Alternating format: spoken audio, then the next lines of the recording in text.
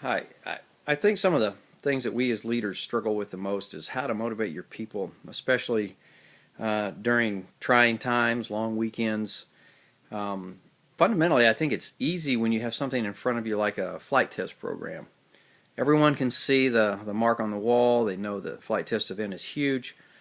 But what I'd like to discuss with you today are things like proposal activities, things like delivering requirement specifications to a customer, things that don't quite have such a dramatic impact to the outcome of a program. Those are the harder things to motivate people for.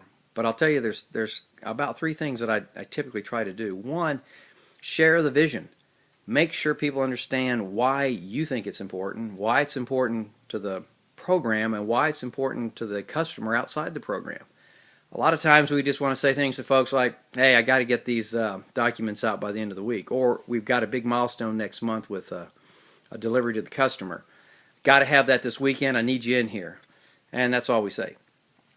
I would tell you that you need to share the urgency of the moment with your people and communicate clearly on a regular basis. The second thing you need to do is touch your people. Go around and make sure on a personal level that they understand why it's important that you have them in this weekend, or you have them in there that night, or you're going to have them in there for overtime for the next 2 weeks.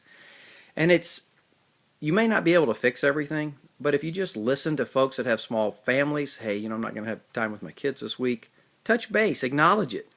And there may be, in fact, opportunities for you to let that person go home and have some time with their children when the urgency dies down a little bit or the schedule allows for it.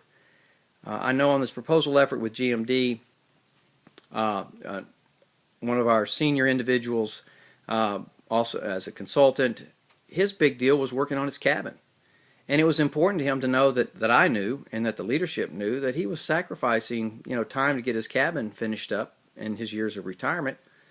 We couldn't do anything about it, and he knew that, but I think just the fact that I listened to him and I expressed empathy for what he was going through and understanding made a big difference in his attitude and in the way he then touched the people that were on the program as well. Others, it was family time. Hey, I'm not going to be able to put my kids down this evening, or I won't be able to go to their soccer game. Well, those things are just as important as working on the cabin.